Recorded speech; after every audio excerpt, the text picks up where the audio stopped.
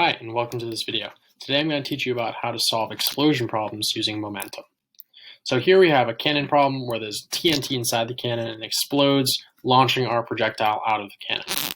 So the knowns here, first we know that the cannon is 100 kilograms.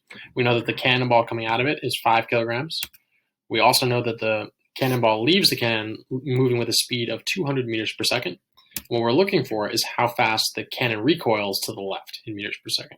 So once again, we're going to use momentum, that equation P equals mv, or momentum is equal to mass times velocity, to help us solve this problem. We're going to take a look at the momentum before and after the explosion to help us out. So we're going to start, though, with the momentum before the TNT explodes.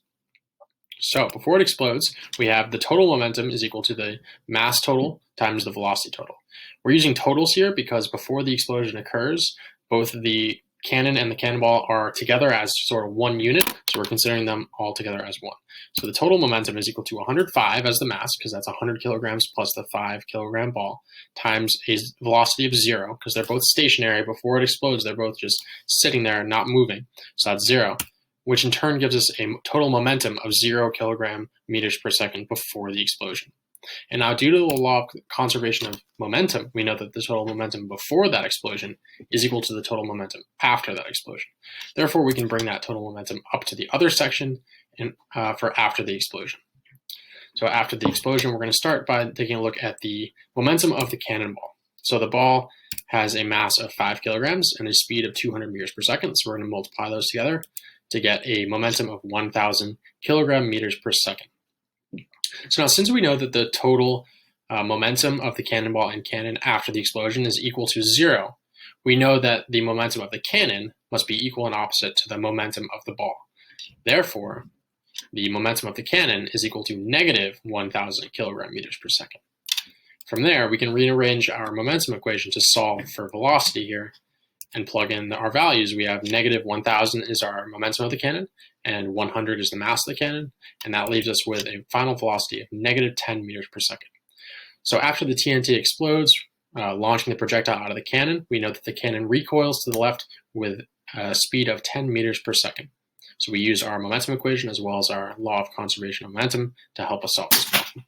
There's just one more key note here, that in any explosion problem, the more massive object is always going to have less velocity. Now let's move on to a second problem.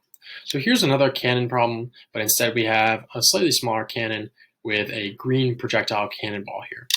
So we know that the cannonball this time leaves the muzzle with a velocity of 300 meters per second. The cannon recoils at negative 12 meters per second. The ball has a mass of 2 kilograms, and we're trying to figure out what the mass of the cannon is in this instance. Again, we're going to use momentum before and after the explosion to help us solve this problem. So before the explosion, once again, it's a total momentum because the cannonball starts in the cannon for the explosion, so they're one mass. We can consider them as one mass. We don't know that mass because we don't know the mass of the cannon. However, we do know that they're both stationary, so we know that the velocity is 0. So regardless of what that mass is, we know that the total momentum is 0 kilogram meters per second. And then once again, we can use our law of conservation of momentum that tells us that the total momentum before the explosion is equal to the momentum after the explosion. So we can bring that up to our after section here. We're going to look at the momentum of the ball once again. That's mass times velocity, which is 2 kilograms times the exit velocity of 300 meters per second. That yields a momentum in the ball of 600 kilogram meters per second.